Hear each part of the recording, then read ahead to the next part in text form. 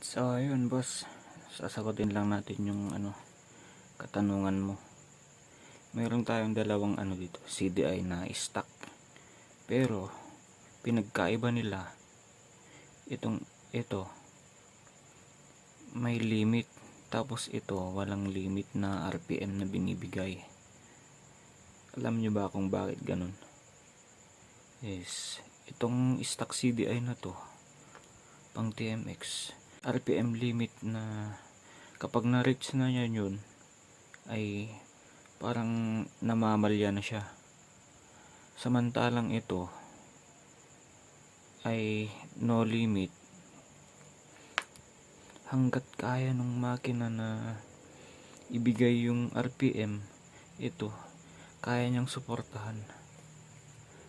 Pero pag ito hindi, lalong lalo na pag tinesting mo sa mga may load na makina, sinalpak mo to sa sa naka racing cam, mamamalya talaga sa high RPM. Pero ito, sige, bigay lang, ibibigay niya yung RPM na gusto ng makina. Hindi naman kasi dito na nakikita yung RPM, hindi lang dito nakadepende rin sa makina, sa klase ng langis, camshaft, sa sigunyal, kung hanggang saan yung kaya niyang ibigay na RPM.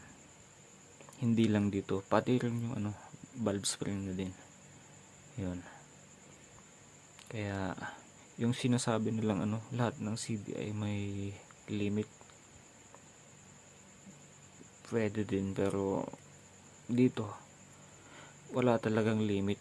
Yung makina lang yung nagkakalimit.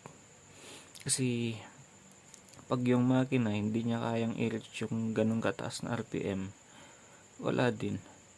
Pero ito kaya niyang ibigay, samantalang itong isang to hindi, kasi may nakalimit na halimbawa 8,000 lang yung kaya niyang ibigay, hanggang 8,000 lang.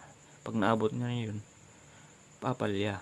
Pero ito, hanggat kaya ng makina na i-RPM, kaya niyang i-drive. Itong no limit kumpara sa may limit na So sana naliwanagan kayo guys, in ride safe.